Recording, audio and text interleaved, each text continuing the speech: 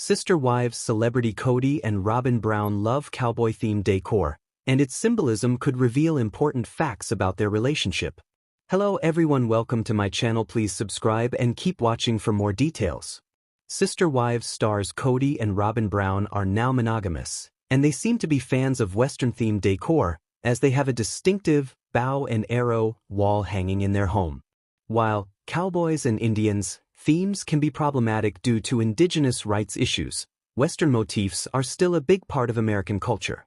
The success of series like Yellowstone and Kevin Costner's The West shows that rustic programming is a perennial favorite. While Yellowstone is more modern fare, The West is a fascinating look at the way the West developed. Along the way, people got hurt, including members of indigenous tribes, who were there first and had to face having their land taken away or worse. Throughout the decades, the way the West was won has led to the creation of so many movies, films and songs, from Louis L'Amour novels like Hondo, a novel to classic spaghetti westerns like The Good, The Bad and the Ugly, and a Bon Jovi rock anthem, Wanted Dead or Alive. Bows and arrows can be symbolic objects. Robyn and Kody may dream about the Old West, as they loved adding Western decor to their former home in Flagstaff, Arizona. In the photo above, via mindful__nugget at Reddit, a bow and arrow are displayed above the window, near Kody and Robyn's painting of horses kissing. The room gets its rustic country vibe from these design elements, as well as the terracotta wall, calling to mind Utah's stunning Red Rocks region and wooden bookshelf.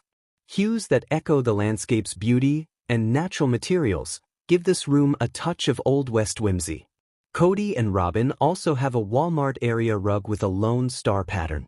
The Lone Star is linked with Texas, and its origins can be traced back to the Lakota tribe, whose members made star quilts featuring the design.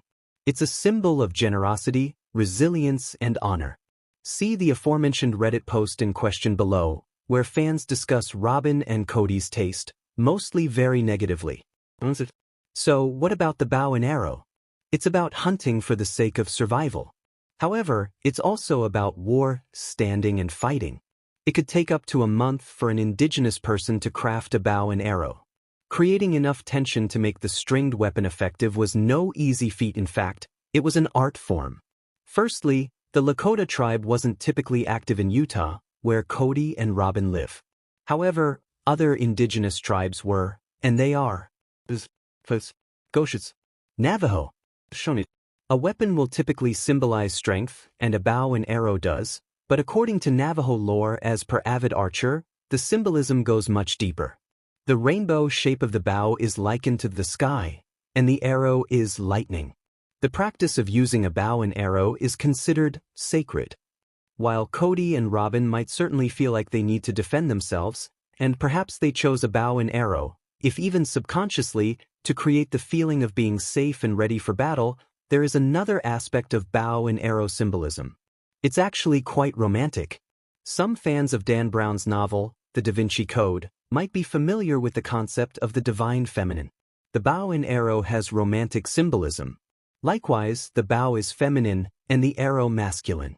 So, the bow and arrow illustrates an ideal balance between the feminine and masculine. Kody and Robyn are romantic with each other. The Brown couple wear matching David Yurman rings featuring horse motifs, possibly symbolizing freedom and wild, untamed spirits. Unbeknownst to them, their bow and arrow decoration may be yet another reminder that their love is extremely special to them both. It's always possible that they've researched what the bow and arrow means, and are already aware of the romantic elements of its meaning. If not, if they read this, they may enjoy learning about what their decoration means. Kody hasn't had a hero's journey. For years, Kody seemed like the villain, a drifter who moved through a western town saloon swinging doors, wearing a black hat, hell-bent on wreaking havoc. He had 4 wives and 3 of them were miserable. He seemed blind to the fact that he was hurting them by preferring Robyn. It wasn't that he was a villain for loving her, it was the fact that he couldn't face the truth. He kept going through the motions with the others, Christine, Mary and Christine Brown, but everyone knew what was happening. Maybe he cared about them, but romantic love became totally impossible. Kody is a one-woman man who was trapped in polygamy. That's sad really for him and them.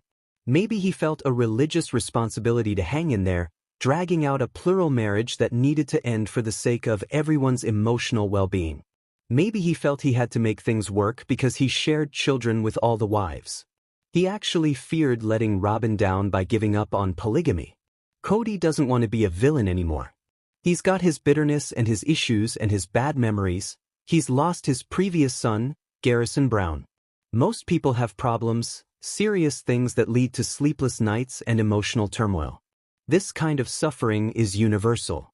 Kody's obviously trying to change, as shown by his decision to enlarge Mary and Janelle's portions of ownership in Coyote Pass before selling the property for a whopping $1.5 million. Each woman ended up with $305,000 in profits. That money could change their lives. This act of generosity stood out. It was a sign of maturity, of growing self-awareness. He did what was right. Now, he's reaching out to the children he has clashed with, trying to make peace. Before, he wanted them to come to him.